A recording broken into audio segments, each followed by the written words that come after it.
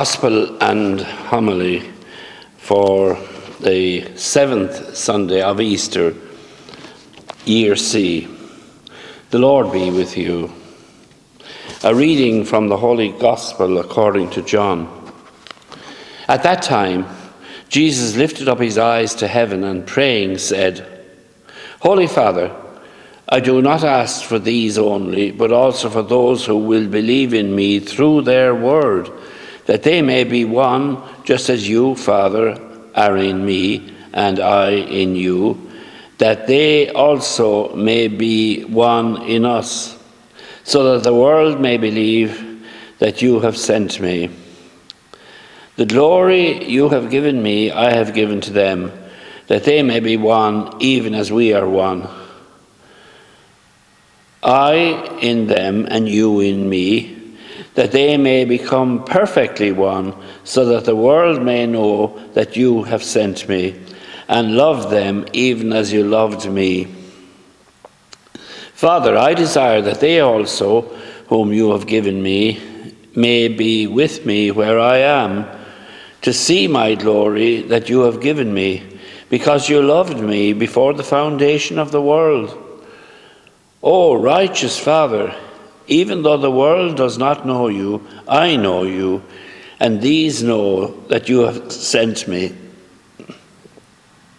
I made known to them your name, and I will continue to make it known, that the love with which you loved me may be in them, so that I may be in them. The Gospel of the Lord.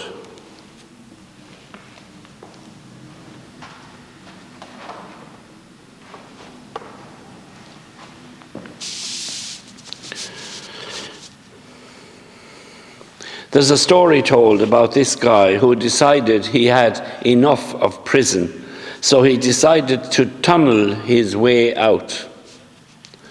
Now, after a month or two tunneling, he decided it might be safe enough to emerge above the ground. When he emerged over the ground, lo and behold, he found himself in the middle of a playground full of 4- and 5-year-olds. With great excitement, he started shouting and jumping up and down and shouting, I'm free, I'm free, I'm free.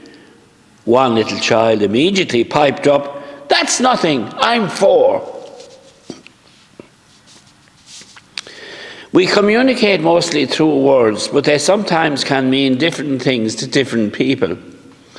Some authors are hell-bent on always writing stories of a negative nature about the church, whereas others write more balanced articles. I would say that on the occasion of the late Pope's funeral and his successor's election, we got quite positive, upbeat coverage overall. Some historical books about the church overlook the positive contribution which the church has made over the centuries to the betterment of Christianity and of humanity at large. I've read 1 or 2 of those books. They forget that European culture was mostly shaped by the Catholic Church, which they're criticizing. They often go on about the Crusades and the Dark Ages. I was reading recently that there were more people guillotined in a fortnight during the French Revolution than over 100 years of the Crusades. But some history books on the subject can be tainted by the author's own prejudices. In 2009, when Pope Benedict visited the Holy Land, some in the press were more focused on the 17-year-old Joseph Ratzinger's involvement with the Hitler Youth some 60 years before than his heartfelt pleading for a radical overhaul of approach in the Holy Land which would pave the way for lasting peace. So they were more concerned with his Hitler Youth 60 years before than what was going on in the Holy Land then even. He told them to tear down the walls and open up the channels of communication for peace to be given a chance.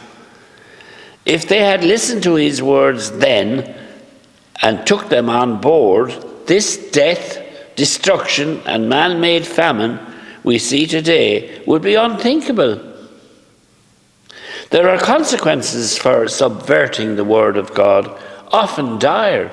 After all, the destruction of Jerusalem in AD 70 was, according to the Lord himself, because the people as a whole rejected his word. Modern culture, by and large, does not sit easily with organized religion, and we all know that. So we still need to communicate, whether orally, electronically, or in print, the full sweep of the gospel, and not only the parts which appeal to us. Yes, the church is in the business of world communications.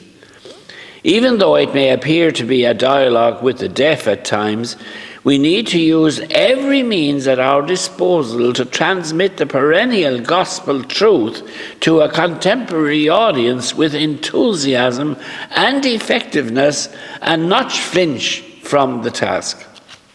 In conclusion, Pope Leo, our new Pope Leo, has repeated Pope Francis's quote for the 225 World Day of Social Communication, which of course is today. Let us rid communication, it says, of all prejudice, fanaticism, and hatred. Let us neutralize words which harm and destroy, and in their place only use expressions which do good to those who hear them. Thank you all very much for listening, and God bless you all.